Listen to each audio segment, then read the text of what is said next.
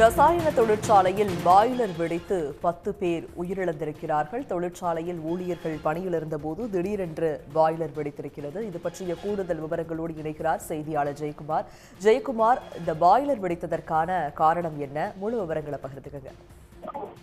தெலங்கானா மாநிலம் சங்காரெட்டி மாவட்டம் பட்டான் செருவில் உள்ள தொழிற்பேட்டையில் சிகாசி என்னும் ரசாயன தொழிற்சாலை செயல்பட்டு வருகிறது. இந்த தொழிற்சாலை முதல் ஷிப்டில் வந்த 100க்கும் மேற்பட்ட தொழிலாளர்கள் வழக்கம் போல் தங்கள் பணியில் ஈடுபட்டு வந்த நிலையில் திடீரென பாய்லர் வெடித்து அங்கு பணிபுரிந்து வந்த தொழிலாளர்கள் 100 மீட்டருக்கு மேல் தூக்கி வீசப்பட்டனர். இதில் 10 பேர் உயிரிழந்த நிலையில் பலர் படுகாயமடைந்தனர்.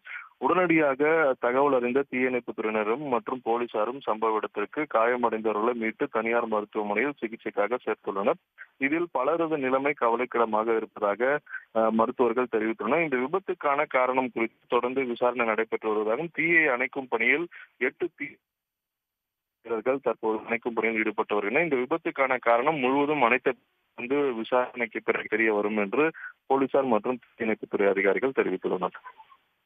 உடனுக்குடன் செய்திகளை தெரிந்து கொள்ள சன் நியூஸ் பெல் ஐகானை கிளிக் பண்ணுங்க.